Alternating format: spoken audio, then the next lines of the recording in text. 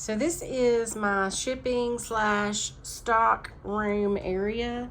And this right here is a lot of my stash. Now, Mom was in here organizing today. Look at all those frames, y'all. I've got to do something with frames. Why are they here? Yeah. But I was looking on Pinterest and I saw somebody make a tree out of like a spindle base, which I have a candlestick right here, it'd be perfect. And just different metal items. So I'm gonna look through here and see what I got. Let's see, this is metals.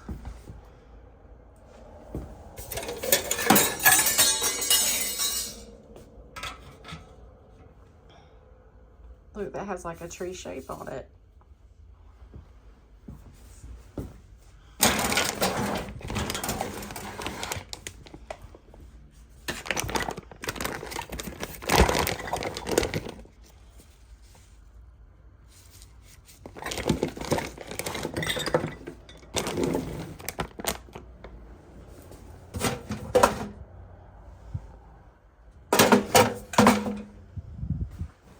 So the items that I ended up finding were not all metal, but I definitely want to use this metal colander. The handle's already been removed off of it, and I do want these to be a pretty green color. I am using Fusion Mineral Paint in the color Manor Green. This is my first time using this color this week, and I did a piece of furniture, and it turned out so beautiful. And I had this paint here, so I decided this would be a good opportunity to use it on this tree as well. So I ended up doing 2 coats on this little metal colander. We're not worried about full coverage. And the next thing I found was this basket, and the reason I chose it was because it sat so perfectly on top of that metal, and the 2 different textures looked so good together. And again, I'm not worried about complete coverage on this, and I found one more little basket to put on top, and I'll show you why I chose this little basket here in just a minute.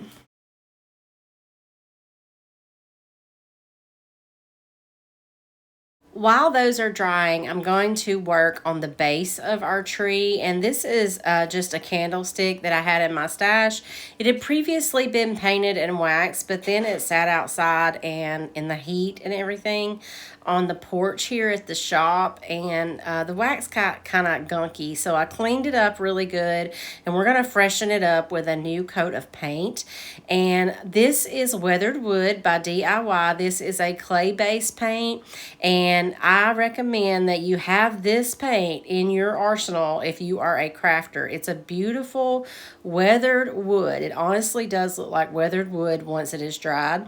And DIY paints have amazing coverage. I covered this in 1 coat, and now to highlight all those details on this candlestick, I'm going to use a little white wax and just wipe it back, and it'll stay in all those grooves. I'm also going to white wax the baskets, but for the colander, I'm going to do the dry brush method on it. I was afraid if I waxed that the wax would just go into all those little holes, and I really love the dry brush look anyway. So I'm just going to use some white Fusion paint, and to dry brush your projects, all you do is put a little paint on your brush and then offload most of it off before you just simply dry brush over your project. It takes very little paint to do this, but the effect is stunning every time.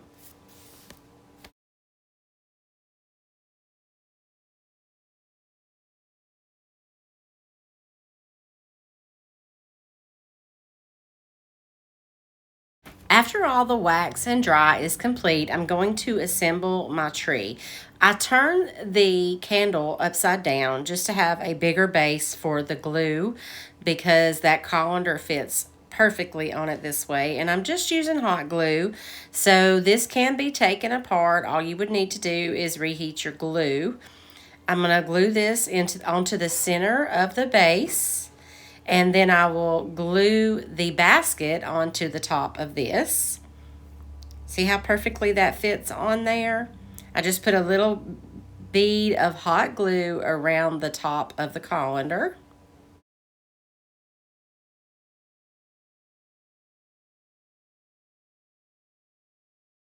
And then for the little basket that goes on top, it had a hole in the very center of the basket. So I put, this is a curtain rod finial that I had thrifted, and it fit perfectly in that hole. I'm going to use a little hot glue just to secure it so it doesn't pull out. And then I'm going to glue this basket to the top. I tied a couple of pretty white ribbons on it, set it on a pretty little crochet doily, and how stinking cute is this little Christmas tree. It also got a lot of items out of my stash, and I hope this encourages you guys to get creative with the things that you have, and you can make a beautiful Christmas tree.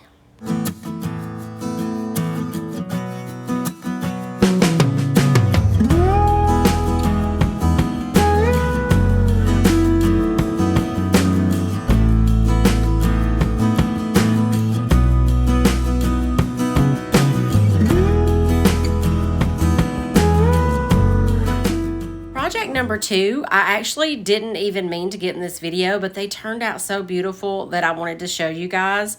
I actually didn't even get it all filmed, but I have these 5 Santas that were in a bag at the thrift store, and I want to make them a bit more neutral. And I had just a tiny bit of cashmere left in that jar, so I added a little bit of texturizing, the Fusion texturizing powder. You could use baking soda or salt wash or anything like that to give your paint a little bit of texture.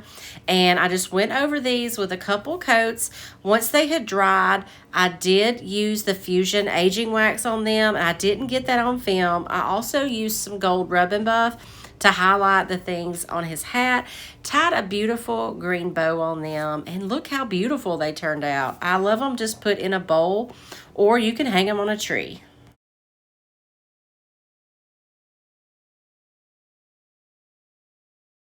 Let's talk about all those frames that I have in my stash.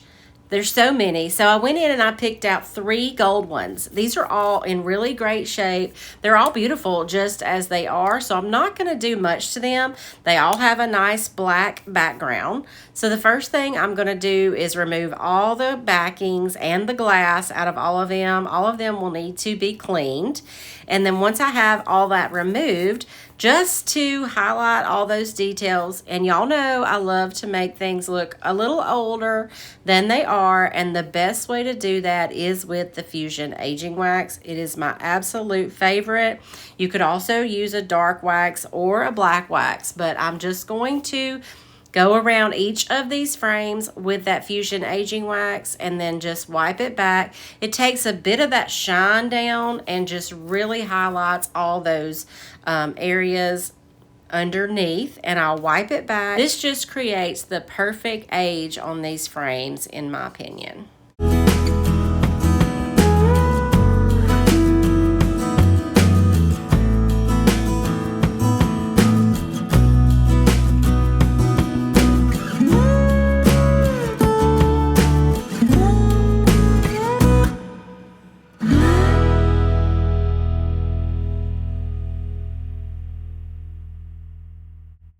Is this frame not beautiful as it is? And then when I put the aging wax on it, it made it absolutely stunning. I am in love with this frame.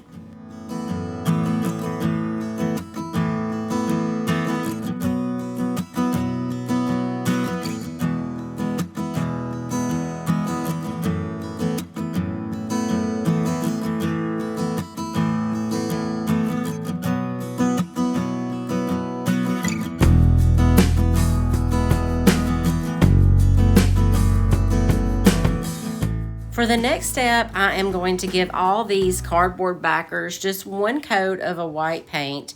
And the reason I'm going to do that is because I'm going to put some decoupage paper on them. And the white in the back just helps the decoupage paper pop and the colors in it more vibrant. For the paper that I'm going to use today, this is one of the Roycycled releases from the last release. It's called the Fine Arts Blocks, and it's got all these beautiful art images on them. So I picked out 3 with similar colors and they are so beautiful. And I still have 3 or 4 more on that one paper. Now I could decoupage these down, but for the purpose of this video, it was very simple just to put them in the frame, clean the glass up, and these are done. The only thing I will say is when I went to take pictures, I did notice that I should have ironed out a couple of those fold marks, but I'll take them back out and do that. And I did have some trouble with some glare getting these pictures, but you can see how beautiful they are styled together. I love doing sets of 3. And these gold frames with those art in them is just stunning. I still have several of these decoupage papers available, susieonthefarm.com, along with all the other painting products that I use to flip my projects here in my videos. For our final project today, I recently picked up these 2 wooden crosses. I love the look of them. I'm just going to update them just a little bit. One of them has a metal leaf thing vining around it, and the other has a burlap bow and a vinyl transfer on it. So I'm going to get those off, and in doing that, I did mess up the paint a little bit, as well as there was already a few little imperfections, but I do love that bright white on this wood. So I'm just going to quickly clean them up and give them a fresh coat of white paint.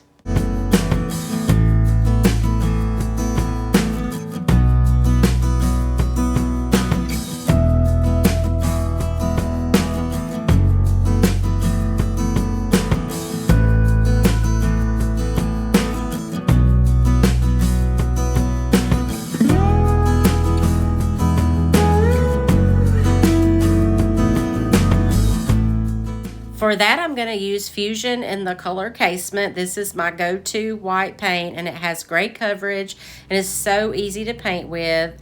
I did 1 coat on each of these, and then I do want to come back and distress them, but first we're going to put a transfer on them. And I am done with Christmas. For the purpose of videos, I'm doing a few Christmas projects here and there, but I have started to think about the new year and even some spring. So I want to go ahead and get these fixed up for that. Crosses sell really well for me. I have several in my store, and I'd like to keep plenty options available. For this one, I'm going to use the Lover of Flowers IOD transfer. This is from the past spring release, and it's full of all these beautiful flowers and a few sayings and poems that go along with them. So I chose a couple of flowers that were similar, but not exactly the same. They're both a type of blossom, and I'm just going to position them how I think looks good. I want to make sure not to lose too much of the flowers, and I want to get all the wording and the poems on there. So I just laid them out until I got them like I want. You can cut apart your transfers. You do not have to put them on like they are in the book. You can do them however suits you best. So I cut off as much as I could to decide the layout here. And using a transfer is very easy. They all come with this little rubbing tool, and you just take the white backing off and you rub until the transfer releases onto your project. And then you'll want to take your fingertip or the plastic backing and make sure that it's stuck down really well, and that is called burnishing that into your project. So I got this all down, and then your transfers do need to be sealed. The Fusion paint is an all-in-one, so it comes with a built-in sealer. I don't need to seal that paint. However, I do need to seal the transfer, and for that, I am going to use DIY Big Top. It's a very durable, very fast-drying top coat.